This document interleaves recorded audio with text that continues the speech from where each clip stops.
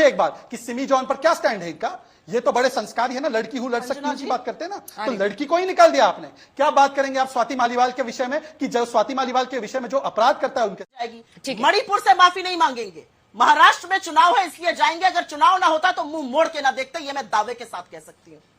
महिला सुरक्षा की बात करिएगा, किस मुंह से बोलते हैं आप लोग? हाँ। थोड़ी तो शर्म, थोड़ी तो ग्लानि, थोड़ा तो दुख होता होगा ना। किस मुंह से बोलते हैं ये लोग? राक्षसों को ग्लानि की वजह से, एक सेकंड, राक्षसों के नाम पर वोट मांगो। हाँ। और उसके बाद बोलो। लेकिन इसी ग्लानि की वजह से क्या आपने लाल सिंह का जवाब नहीं दिया कि हमारा सनातन धर्म हजारों वर्ष पुराना है, शंकराचार्य तो बाद में आए, ये धर्म पहले से था। मतलब इतना भी ज्ञान नहीं है, इसलिए इनको अब तख्ते सुलेमान के तर्ज पर सुप्रिया नहीं सुल्ताना।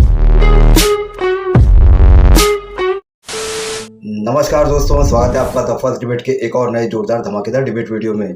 4 राज्यों में विधानसभा चुनाव आ रहे हैं दोस्तों, और मतलब कि राजनीति करने वाले फिर एक साथ आ रहे हैं मोदी जी को, यानी कि बीजेपी को हराने के लिए। अब हरियाणा में ये कांग्रेस और आम आदमी पार्टी एक साथ आ रहे हैं। तो दोस्तों आप तो जानते हो इनके बीच में कैसा हमेशा तालमेल रहा है। दिल्ली में तो ये साफ हो गए, और भी अन्य जगह इनका बंटाढार हो चुका है लोकसभा चुनाव में। अब ये विधानसभा चुनाव में बीजेपी को टक्कर देने के लिए आ रहे हैं। तो दोस्तों आप डिबेट में देखोगे सुप्रिया सिन्हा और शहजाद पूनावाला को।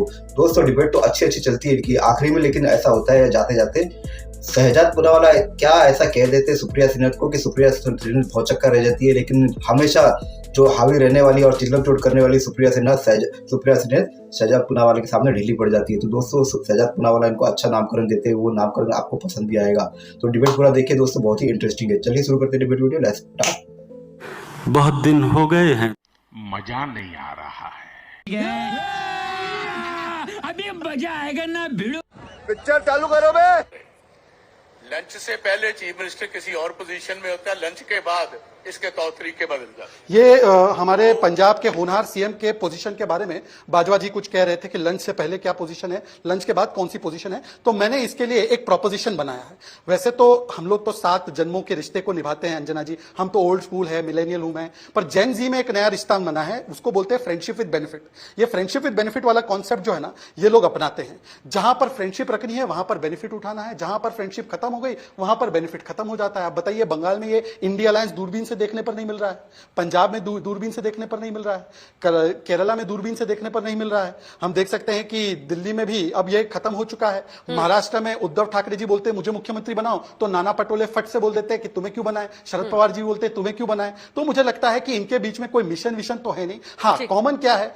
Politics of commission, politics of corruption, politics of ambition, और आखिरी बात politics of obsession with Modi. पर एक चीज और कॉमन है, 10 सेकंड और लूंगा। एक चीज और कॉमन है, वो है के फैक्टर। के फैक्टर का मतलब है के फॉर खामोश। मतलब कोलकाता में महिला के साथ कुछ हो, कंगना के बारे में हिमाचल में कोई मंत्री कुछ बोले, केजरीवाल जी की धर्मपत्नी सुनीता बिभव कुमार के साथ बोले सुकून का आभास हो रहा है मुझे, उसी व्यक्ति के साथ जिसने स्वाति मालीवाल के साथ पिटाई की। या केरल में सिमी जॉन के ऊपर सवाल जो आता है कि उन्होंने कास्टिंग काउच के बारे में बोला, जिस पर सुप्रिया जी उनको असहज लगा तो उन्होंने पत्रकारों को डांट दिया, जवाब नहीं दे पाई। तो ये केस है केरला, कन्नौज, केजरीवाल और केरला पर केस से खामोश रहने की जो प्रथा है, ये इनमें कॉमन है। तो कैसे महिला अपराध पर बलात्कारियों के साथ खड़े हो जाओ और बेटी के साथ न्याय मत दिलाओ, ये इनका कॉमन फैक्टर है। एक चीज मोदी जी ने बड़ी खराब कर दी। मोदी जी ने अपने राजनीतिक जीवन के सूर्यास्त के साथ साथ भारतीय जनता पार्टी का भी सूर्यास्त जो है वो सुनिश्चित कर दिया, क्योंकि मोदी जी ने अपने आप को भाजपा से ऊपर, उनसे आगे रख के राजनीति करने लगे। और उसका नतीजा है कि वो भी जब उनका सूर्यास्त होगा तो बीजेपी का भी धीरे धीरे सूर्यास्त हो रहा है। मैं दावे के साथ एक बात कह सकती हूं, जम्मू कश्मीर, हरियाणा, महाराष्ट्र, झारखंड, हर जगह इनकी शिकस्त होने जा रही है। और पता है क्यों होगी? क्योंकि इनके सामने वो लोग खड़े हैं जो एक बड़े लक्ष्य के साथ आए हैं।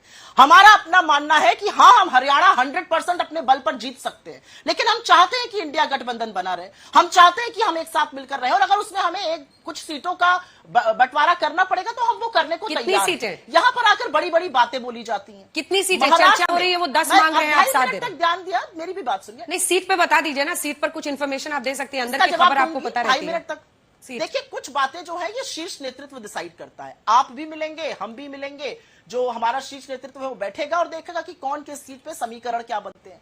लेकिन मैं यहां पर एक बात पूछना चाहती हूं। जब नितिन गडकरी खड़े होकर कल शाम को कहते हैं कि शिवाजी की मूर्ति, शिवाजी की प्रतिमा, छत्रपति शिवाजी महाराज की प्रतिमा स्टेनलेस स्टील की बननी चाहिए थी, तब वो नहीं टूटती।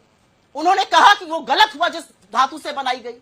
गलत किया गया, अपमान हुआ महाराष्ट्र का, इस पर बीजेपी खामोश है। ठीक है, ढोंग अब की राजनीति की जाएगी, ठीक है। फर्जी माफी मांगी जाएगी। ठीक है। मणिपुर से माफी नहीं मांगेंगे, महाराष्ट्र में चुनाव है इसलिए जाएंगे, अगर चुनाव ना होता तो मुंह मोड़ के ना देखते, ये मैं दावे के साथ कह सकती हूँ। देखिए, ऐसा है कि मुझे तो कम से कम खुशी है कि इस बार सुप्रिया जी ने आवेग में आकर उस शिवाजी नहीं कहा जो उन्होंने पिछली डिबेट में कहा था, जिस पर महाराष्ट्र की जनता बहुत भड़की थी। और आलोक शर्मा ने तो महाराष्ट्रंस को रेपिस्ट बोला था, आप ही के शो पे याद होगा आपको। तो कम से कम आज उन्होंने छत्रपति शिवाजी महाराज बोला है, सम्मान से बोला है, इसके लिए मैं साधुवाद करता हूं। परंतु छत्रपति शिवाजी महाराज के स्टैच्यू को बुलडोज करने का महापाप कमलनाथ की सरकार में मध्य प्रदेश में हुआ था। ये छत्रपति शिवाजी महाराज के प्रतिमा को अपोज करने का काम कर्नाटका में कांग्रेस पार्टी ने किया था। ये वही कांग्रेस पार्टी है जो वीर सावरकर जी को कायर डरपोक कहती है। बहरहाल मैं उसमें नहीं जाना चाहता, मैं आना चाहता हूं आज के मुद्दे पर। देखिए, एक हरिशंकर परसाई जी की वो कविता है या चौपाई है, जो भी कह सकते हैं, कि आत्मविश्वास के कई प्रकार होते हैं, धन का आत्मविश्वास, बल का आत्मविश्वास, ज्ञान का आत्मविश्वास, पर सबसे जो सर्वोपरि होता है वो होता है मूर्खता का आत्मविश्वास। और आज हरिशंकर परसाई जी की कहानी को सुप्रिया जी जीते जी हमें दिखा रही है। बताइए, मतलब 99 पे इनका सूर्योदय हो गया और 240 पर हमारा सूर्यास्त हो गया। आज राहुल जी ने भी जम्मू कश्मीर में बोला है कि सरकार हम विपक्ष से चला रहे। मान्यवर राहुल गांधी जी, ऐसे ही विपक्ष से सरकार चलाते रहिए। मैं आपको दुआ और आपको जो है पूरी आशीष देता हूं। 2029 में, 34 में, 39 में यहां से ही चलाते रहिए। पर आखिरी बात, राहुल गांधी ने कहा है कि देखिए मैं तो सरकार भी विपक्ष से चला रहा हूं। राहुल जी, आप सरकार छोड़िए, आप अपने अलायंस पार्टनर को चला दीजिए। अलायंस पार्टनर एनसी कहती है कि 370 तो वापस आकर रहेगा, मतलब कि राहुल जी जो संविधान की कॉपी लेकर जाते हैं ना, वो संविधान जम्मू कश्मीर में लागू नहीं करना है। जो राहुल गांधी आरक्षण कहते हैं ना, पहली बार आरक्षण मिला 370 हटने के बाद SC ST समाज को, वहां पर वाल्मीकि समाज को, गुर्जर समाज को, वो हट जाएगा। और शंकराचार्य पर्वत का नाम तख्ते सुलेमान करना चाहते हैं। बताइए, शिव जी की फोटो दिखा रहे थे राहुल गांधी जी, तो बताइए शंकराचार्य का नाम, शंकराचार्य पर्वत का नाम तख्ते सुलेमान होना चाहिए।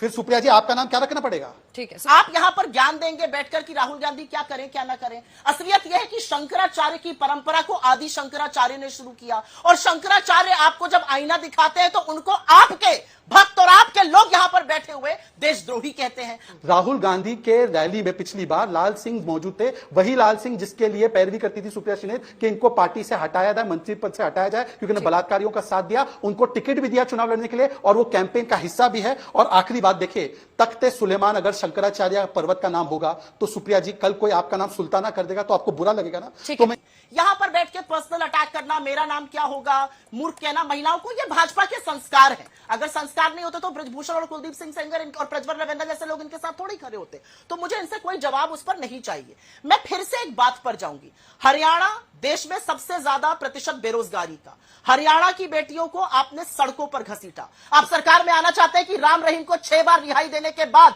सुनील सांगवान आपकी पार्टी में शामिल हो जाए। आप महिला सुरक्षा की बात करिएगा, किस मुंह से बोलते हैं आप लोग? थोड़ी तो शर्म, थोड़ी तो ग्लानि, थोड़ा तो दुख होता होगा ना। किस मुंह से बोलते हैं ये लोग? राक्षसों को ग्लानि की वजह से, एक सेकंड, राक्षसों के नाम पर वोट मांगो और उसके बाद बोलो। लेकिन इसी ग्लानि की वजह से क्या आपने लाल सिंह का जवाब नहीं दिया?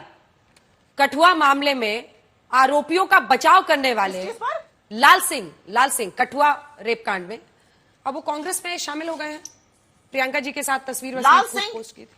बिल्कुल, टिकट लाल भी सिंह मिला एक था, लॉयर चुनाव थे, भी लड़े थे, मैं और उसके राहुल बारे में गांधी बता की रहा रैली में भी हूं। थे। लाल सिंह, अच्छा, मैं बोल रही हूं अंजना जी, मुझे बोलने दीजिए। लाल सिंह एक लॉयर थे, उन्होंने किसी का बचाव किया, एक लॉयर के तहत पर किया। लेकिन मैं पूछना चाहती हूं, इंदिरा गांधी जी का असैसिनेशन वाले लोग हों, राजीव गांधी जी के हत्यारे हों, उसके बाद जो इतना बड़ा कांड हुआ भोपाल में, गैस कांड, डाउ जोन को बचाने का काम इनके राम जेठमलानी, इनके अरुण जेटली करते हैं, उस पर सवाल नहीं पूछा जाएगा। अरे जम्मू कश्मीर के मंत्री थे, वो मंत्री थे वहां पर, लॉयर की वजह से। मिट्टी इस वतन से तो प्यार करो। एक सेकंड, जवाब दीजिए शहजाद। कांग्रेस पार्टी के अधिकृत ट्विटर हैंडल, क्योंकि सोशल मीडिया देखती है सुप्रिया जी, उस पर कांग्रेस पार्टी ने लाल सिंह के इस्तीफे की मांग की थी और कहा था कि ये ऐसे व्यक्ति है जिन्होंने बलात्कारियों का बचाव किया, मंत्री पद से नहीं, इनको हटाना चाहिए। और फिर उसी लाल सिंह को इन्होंने अपनी पार्टी में न केवल लिया, उनको टिकट दिया और उनको प्रमोट करते हुए अभी राहुल गांधी की रैली में 2-3 दिन पहले थे। यदि इस विषय पर मैं झूठ बोल रहा हूं अंजना जी, आप रिसर्च टीम से मंगवा लीजिए, सुप्रिया जी तो खुद बैठी है, मैं राजनीति छोड़ दूंगा।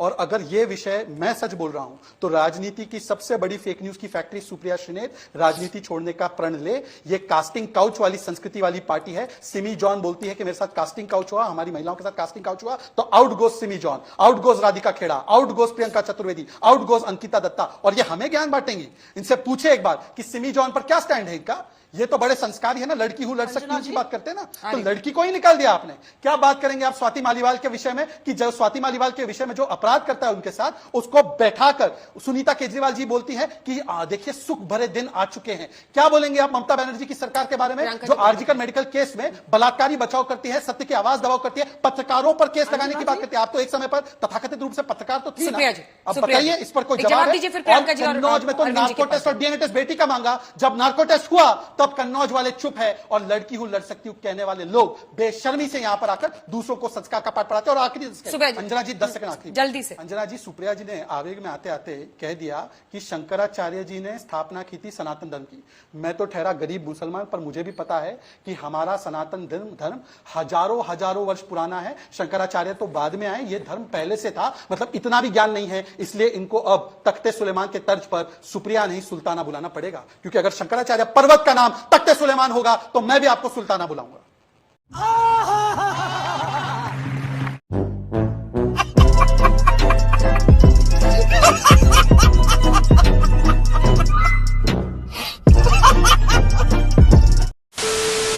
तो दोस्तों डिबेट हो गई खत्म, वीडियो हो गई पूरी। उम्मीद करता हूँ दोस्तों ये इंटरेस्टिंग डिबेट वीडियो आपको पसंद आई होगी। दोस्तों ऐसी डिबेट वीडियो आप इस चैनल पे देखना चाहते हो तो इस चैनल को सब्सक्राइब करके आप जरूर जाओगे। मिलता हूँ आपसे अगले वीडियो में, तब तक के लिए जय हिंद, वंदे मातरम।